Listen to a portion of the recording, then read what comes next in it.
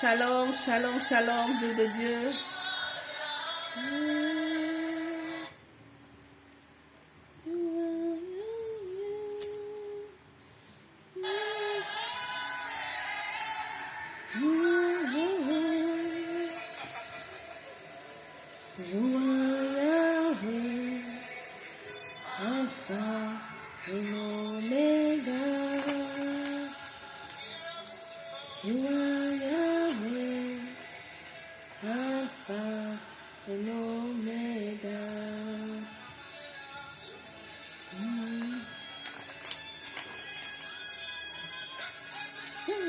Alléluia.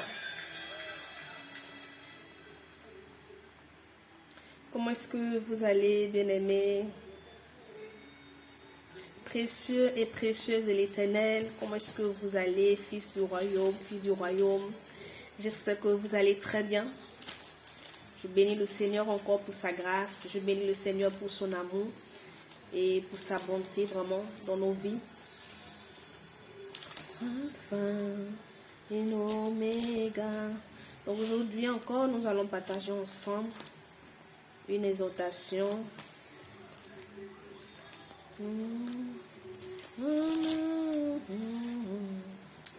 Avant de commencer, vraiment, j'ai une pensée pour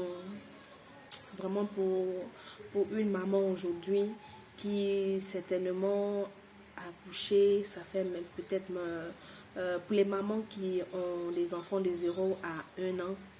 Vraiment, j'ai une pensée pour toutes ces mamans-là dont les enfants sont malades depuis la naissance vraiment de leur enfant. Depuis la naissance, vraiment, ces femmes-là vraiment passent vraiment plus de temps à l'hôpital qu'à la maison. Le nombre de fois que certainement que tu as dormi à la maison, on peut le compter parce que tu passes presque tout le temps à l'hôpital parce que vraiment ton enfant vraiment se porte pas bien. Et j'ai une pensée pour toutes ces mamans-là qui l'accouchement, l'enfantement qui devait être vraiment tenir vraiment leurs enfants entre leurs mains, qui devait être une joie, qui devait vraiment être un soulagement, vraiment c'est transformé en amertume, en pleurs, parce que voyant vraiment leur enfant dans un état vraiment dans un état malade, vraiment ces mamans là vraiment souffrent, ces mamans là vraiment elles sont brisées de l'intérieur.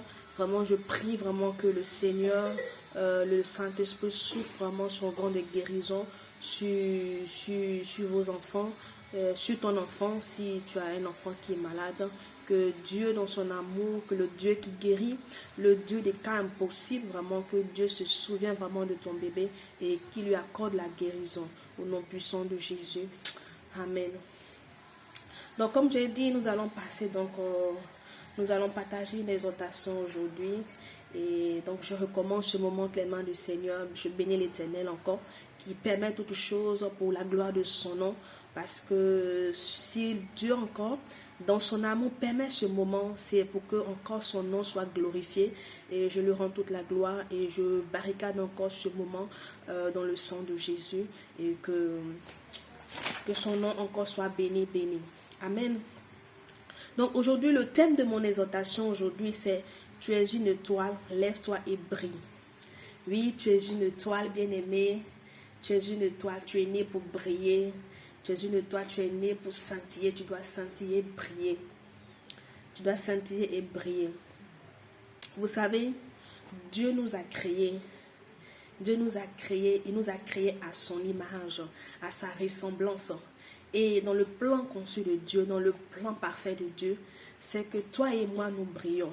C'est que toi et moi vraiment, nous soyons vraiment la tête. Nous soyons les premiers. Nous soyons puissants.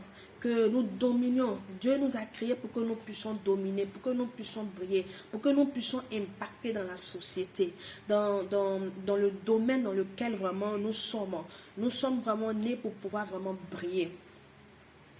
Parce que dans Jérémie, dans le livre de Jérémie premier, C'est dit là-bas même que dans le livre de Jérémie, c'est dit là-bas que le Seigneur vraiment lorsqu'il nous a créés, vraiment, il avait des projets et il a toujours ces projets-là sont encore vraiment d'actualité. Donc le Seigneur donc a des projets pour nous et ces projets-là, comme je viens de le dire, c'est que nous brillons, c'est que vraiment tu brilles, c'est que tu impactes vraiment dans la société positivement, c'est que tu excelles vraiment dans ton domaine, dans le domaine dans lequel Dieu t'a amené, que tu excelles, que tu brilles vraiment pour la gloire de l'Éternel. Pour la gloire de l'Éternel. Mais quand toi tu regardes ta vie, bien-aimé, quand tu regardes ta vie jusqu'au jour d'aujourd'hui, tu constates que certainement tu ne brilles pas. Certainement, quand on parle de briller, c'est ce que j'ai cité un peu, impacter, comment on appelle ça, dominer vraiment sur son territoire, impacter, être vraiment en haut, être toujours vraiment à la tête, vraiment dans le domaine dans lequel vraiment le Seigneur vraiment t'oriente, c'est que tu excelles, c'est que tu brilles parce que tu es la lumière, parce que je suis la lumière. C'est ça, briller. Mais quand toi tu regardes ta vie, bien-aimé, tu constates que vraiment tu ne brilles pas. Lorsque tu regardes ta vie, tu constates que vraiment quelque chose ne va pas. Mais tu dis, mais le Seigneur a dit qu'il a des projets pour moi et que je suis une étoile. Mais pourquoi est-ce que ma vie est fade? Pourquoi est-ce que ma vie est amère? Pourquoi est-ce que ma vie vraiment... pourquoi est-ce que comme je disais, donc tu constates que par rapport à l'âge, rien ne se passe, rien n'évolue. Tu te poses la question de savoir, mais comment est-ce que les choses se feront? Et quand tu regardes ta vie, tu vois que vraiment, ta vie n'impacte, tu n'impactes pas. Tu constates que tu ne brilles pas, comme vraiment la parole de Dieu nous dit. On va aller donc dans Matthieu 7, Matthieu 2, le verset 7, on va lire cela. Je lis, alors Hérode fit appeler en secret. Donc Matthieu le chapitre 2, le verset 7. Alors Hérode fit appeler en secret les mages et s'enquit soigneusement auprès d'eux depuis combien de temps l'étoile brillait. Donc ici, c'est pendant la naissance de Jésus.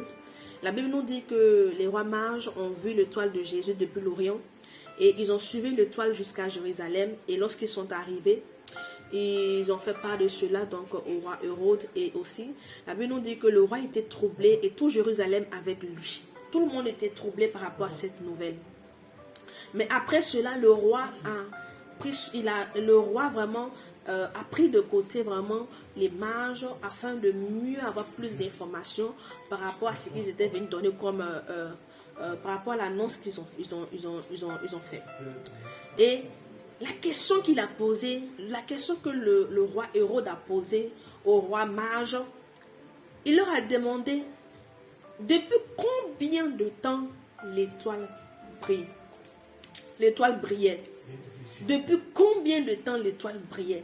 C'est la question qu'il leur a posée. Depuis combien de temps que l'étoile brillait? Mais pourquoi cette question? Et lorsqu'il a posé la question, il leur a demandé que s'ils allaient là-bas, qu'ils viennent lui donner les informations pour que lui aussi, il puisse vraiment aller aussi à son tour adorer vraiment le roi qui venait de naître.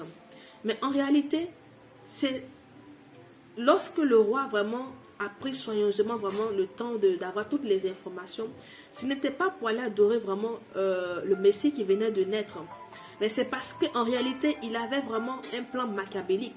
En réalité, il avait un plan. Et ce plan-là vraiment était vraiment de nuit, était de tuer vraiment le Messie, Jésus qui venait de naître. Amen. Qui venait de naître. C'était pour tuer Jésus qui venait de naître. C'était pour éteindre son étoile, empêcher son étoile de briller. Parce que c'est la question qu'il a posée. Depuis combien de temps que l'étoile brillait? Alléluia. Mais tu me diras, mais lorsqu'on voit dans ce passage, on voit que Jésus était qu'un enfant. Mais pourquoi tout vraiment pourquoi toute cette bousculade? Pourquoi vraiment tout cela autour vraiment d'un enfant? mais parce que celui qui venait de naître n'était pas une personne ordinaire, n'était pas quelqu'un, n'était pas comme les autres, c'était pas comme les autres enfants. C'était vraiment une personne vraiment qui était venue pour une grande destinée, pour une grande mission. Alléluia. Il était venu pour une grande mission. C'était quelqu'un de particulier, pas comme les autres. C'est pour cela qu'il y avait tout ce tumultu autour. C'est pour cela qu'il y avait tout cela autour de sa naissance. Alléluia. Et lorsque le roi Hérode a constaté que les mages s'étaient joués de lui, parce qu'en réalité, lorsqu'ils sont arrivés, qu'ils ont vu le Messie, ils ont vu Jésus, la Bible nous dit qu'ils ont été divinement avertis de retourner chez eux. Et c'est ainsi qu'ils sont partis. Ils ne sont pas allés donner les informations que le roi vraiment avait demandé. Et c'est ainsi qu'il est entré dans une colère et il a fait tuer. C'est tellement qu'il a attendu à ce que vraiment que les rois mages lui apportent vraiment les informations. Mais il a attendu pendant longtemps et lorsqu'il a constaté qu'ils se sont joués de lui, il s'est mis dans une colère et il a fait tuer tous les enfants de 2 ans. Mais en faisant tuer les enfants de 2 ans, il croyait qu'en le faisant, il allait aussi tuer Jésus. Alléluia. C'est tellement qu'il a attendu 2 ans, mais il n'a pas reçu d'informations. Et c'est ainsi qu'il est passé à l'acte. C'est ainsi que le roi Hérode est passé à l'acte. Lorsqu'on voit vraiment ce passage-là, on se dit, mais pourquoi tout ce tumulte poursuit un bébé? Pourquoi tout cela? C'est parce qu'il savait. Il savait en fait. Il savait ce qu'il faisait. Il le savait. Et vous savez, Hérode, c'est un homme que nous voyons. C'est un homme, c'est un être humain. Mais derrière vraiment cet homme-là, il y avait une entité démoniaque, une entité satanique qui était derrière vraiment cette personne-là. Et c'est cette entité-là qui se servait de lui pour pouvoir faire ce travail-là. Et cette entité-là, vraiment, elle se lève contre les bébés, contre les enfants. C'est-à-dire que à la naissance, qu'elle travaille dans la vie de certaines personnes. C'est à la naissance. Et cette entité-là, vraiment, c'est à la naissance pendant que elle travaille beaucoup dans la vie de certains bébés, dans la vie de certains enfants. Dans le seul but juste d'obscurcir vraiment leur étoile, de les empêcher vraiment de prier. Et c'était ce que le roi Hérode voulait faire. C'était l'esprit, l'entité qui était derrière vraiment, c'était ce que vraiment l'esprit voulait faire. Mais Dieu n'a pas permis que vraiment il voit vraiment l'enfant. Dieu n'a pas permis qu'il puisse y voir Jésus. C'est pour cela qu'il n'a pas pu vraiment mettre son plan en exergue.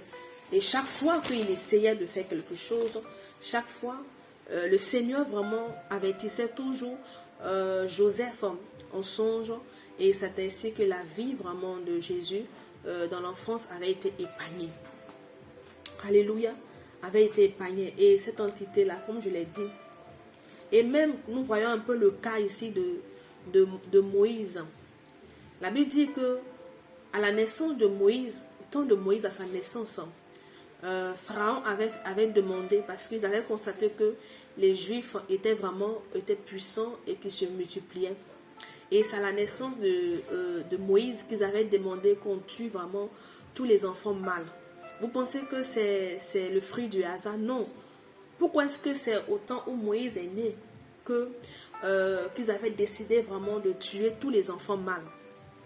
Parce que nous savons que ces personnes-là qui ne servent pas le véritable Dieu, le Dieu que nous servons, c'est des personnes-là qui travaillent avec des divinités, qui travaillent avec l'esprit de divination. C'est des personnes-là qui travaillent avec les mages, avec les devins et tout. Donc c'est des personnes qui sont constamment en train de consulter, voir ce qui doit venir dans le futur. Amen, dans le futur. Et lorsqu'il a demandé à ce qu'on tue tous les enfants mâles en Égypte, des Juifs, ce n'était pas en vain, bien aimé. Parce que Parce qu'il savait. Il savait qu'à cette époque-là, où Moïse était né, il y avait quelqu'un qui était né. Il y avait un enfant mâle qui était né, mais qui était vraiment différent des autres. Mais vous savez, c'est Dieu qui apporte la révélation. C'est Dieu qui révèle tout ce qui est caché. Mais Dieu leur révèle en partie. Il ne leur révèle pas tout. C'est pour cela que ils n'ont pas, puisque ne connaissant pas vraiment véritablement qui était véritablement l'enfant, ils ont fait tuer tout le monde. En se disant que dans les statistiques, si on tuait tous les enfants mâles dans la même période, c'est tellement que cet enfant-là fera partie. Alléluia. Donc, ne pensons pas que tout est le fruit du hasard. Non. Tout ce que nous voyons, donc vous voyez, rien ne se fait, donc rien n'est le fruit du hasard en fait. Et certainement que toi, tu as été victime vraiment de cela. Peut-être que tu as rencontré, peut-être que tu as été en contact vraiment avec cet esprit-là, vraiment qui a sombré, cet esprit-là qui travaille dans ce sens-là. Vous savez, nous les Africains, lorsque nous accouchons, le plus souvent, on fait venir les gens du village pour venir laver les bébés. Et même, par moments, lorsque nous sommes beaucoup famille, on est beaucoup vraiment, beaucoup famille, mais on ne connaît pas tout le monde, on ne connaît pas l'esprit qui anime vraiment tout un chacun. Et parfois, peut-être que c'est dans ça, c'est à ce moment-là que peut-être tu as été en contact, mais toi étant bébé, tu ne pouvais pas le savoir. Tu as été en contact avec cet esprit-là. Et cet esprit-là vraiment t'a dépouillé. Cet esprit-là vraiment, en te dépouillant, parce que vous savez, lorsque l'ennemi prend quelque chose en toi, hein, il prend ce qui est positif et il laisse le négatif.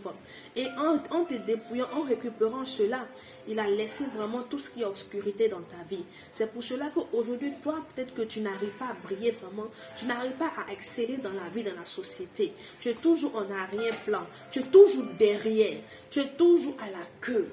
Alléluia. Alléluia. C'est pour cela que vraiment en tant que parents, nous devons faire très attention.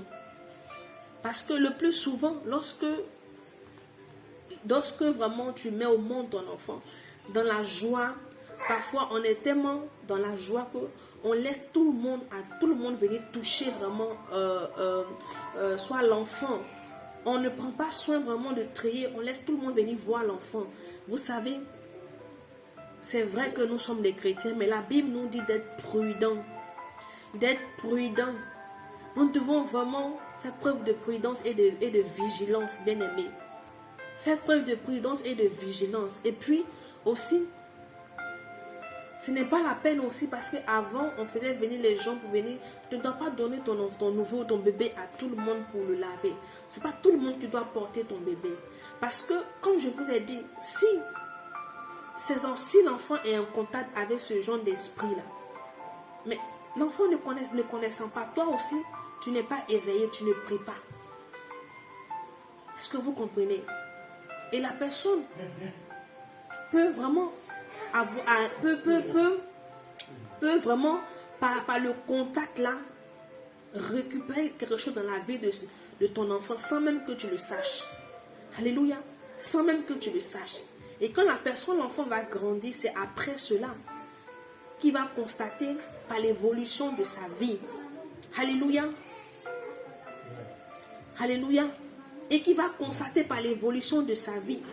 Lorsqu'il sera dans les échecs à répétition, lorsqu'il va constater que sa vie est toujours en arrière, il est toujours dominé, impuissant, lorsqu'il va constater qu'il n'arrive pas à exceller dans sa vie, et que c'est ton cas présentement.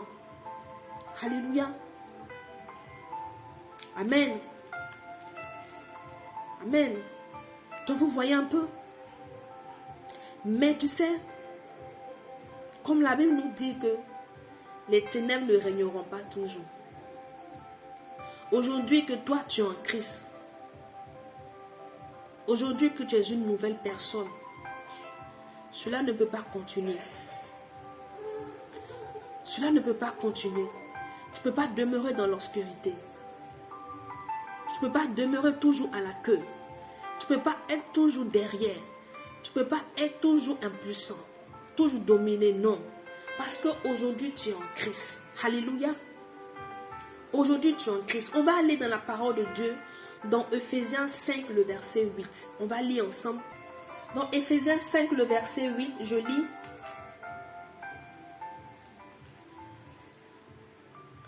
Autrefois, vous étiez ténèbres et maintenant vous êtes la lumière dans le Seigneur.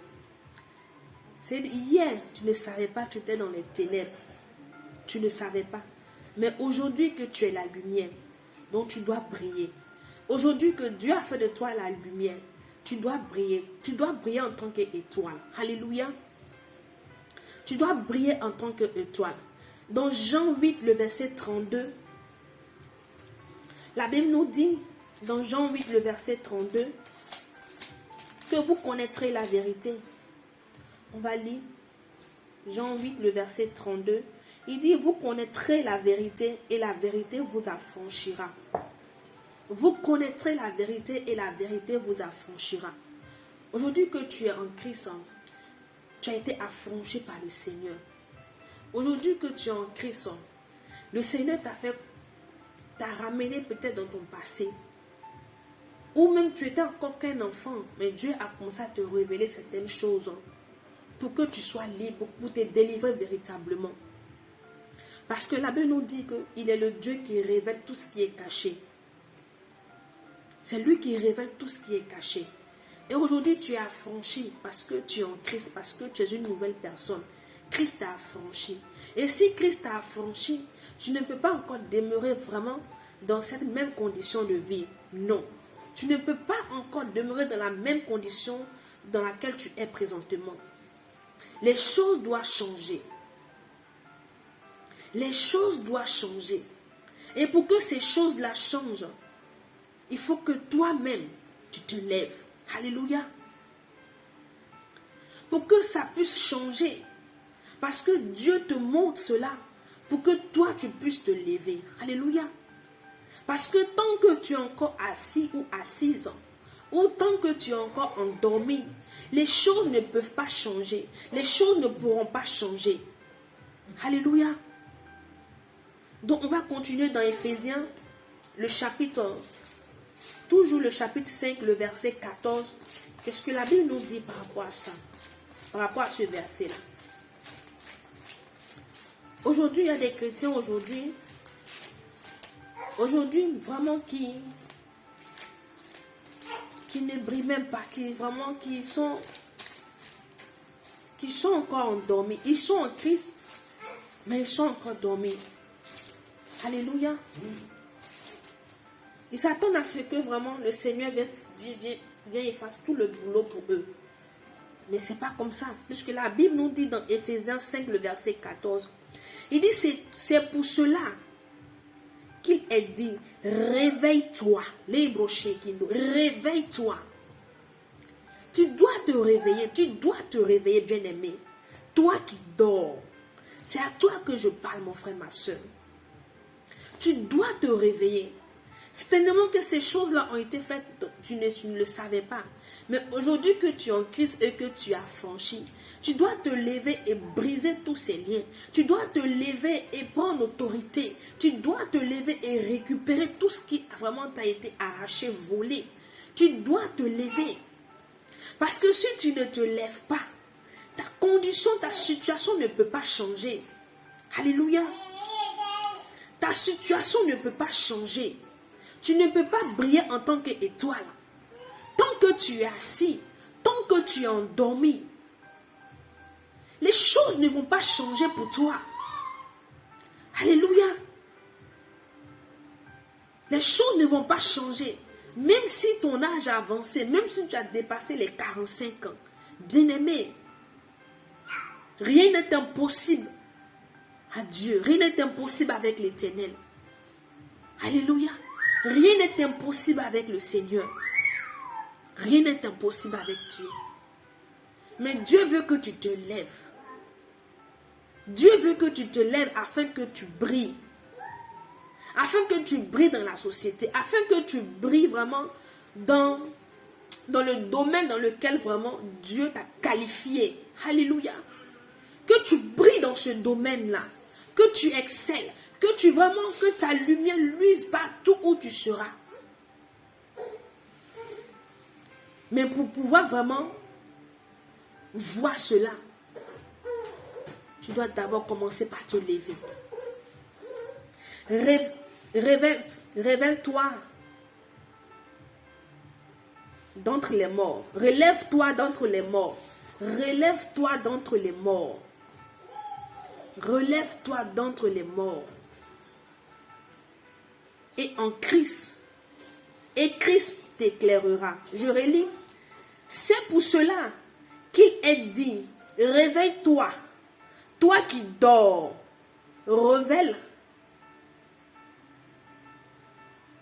relève-toi d'entre les morts, et en Christ, et Christ t'éclairera. Et Christ t'éclairera. Donc tu vois ici, bien-aimé, il faut que tu te réveilles, il faut que tu te lèves. C'est-à-dire, c'est les deux ensemble. Parce que tu peux te réveiller et puis être assis. Alléluia. Quand tu réveilles-toi, c'est que signifie que tu dors.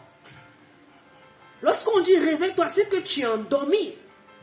Tu es dans la position couchée où tu es endormi. Donc quand tu te réveilles, mais lève-toi. Comment tu te lèves? Mais tu te lèves dans la prière. Alléluia. Tu te lèves dans la prière. Tu te lèves dans le jeûne. Tu te lèves vraiment dans la prière, dans la consécration. Alléluia. Beaucoup se sont réveillés, mais ils sont assis. Alléluia. C'est pour cela qu'ils ne voient pas la délivrance opérer dans leur vie. C'est pour cela qu'ils ne brillent pas encore. Parce qu'ils se sont réveillés, mais ils sont assis. Ils ne se sont pas levés. Alléluia. Ils ne se sont pas levés. Mais il faut que tu te lèves. Et Christ t'éclairera. Alléluia. Il faut que tu te lèves, bien-aimé. Je suis venu ce soir vraiment te réveiller, toi qui dors. Je suis venu ce soir, bien-aimé, t'apporter ce message pour te dire que rien n'est encore fini, que rien n'est encore tard pour toi. Quel que soit ton âge, quels que soient les échecs, quel que soit tout ce que tu vis, rien n'est encore fini.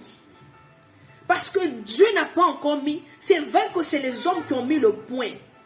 Mais Dieu a mis son doigt et il a mis la virgule. Mais il faut que toi tu te réveilles. Il faut que tu te lèves pour que vraiment Christ éclaire.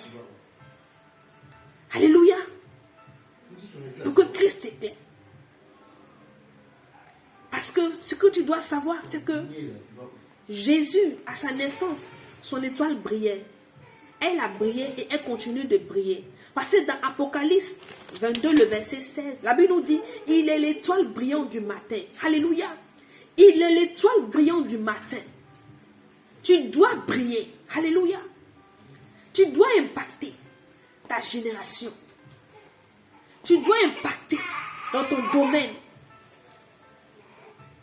Tu dois influencer. Oui. Tu dois le faire, bien-aimé. Beaucoup de chrétiens pleurent. Mais ils ne veulent pas se réveiller. Donc c'était juste pour partager ce message avec toi, bien-aimé. Réveille-toi, lève-toi et brille. Que la main de Dieu soit sur vous et que Dieu te donne la force. Toi qui étais endormi, que le Seigneur, le Saint-Esprit t'aide à te réveiller. Que le Saint-Esprit vraiment te relève. Toi qui es assis, que Dieu t'aide. Que Dieu t'aide. Demeurez bénis. Et faites aussi beaucoup attention. Ne donnez pas vos enfants à tout le monde. Ne permettez pas à tout le monde de porter vos enfants. Car parce que vous ne connaissez pas l'identité spirituelle de ces personnes.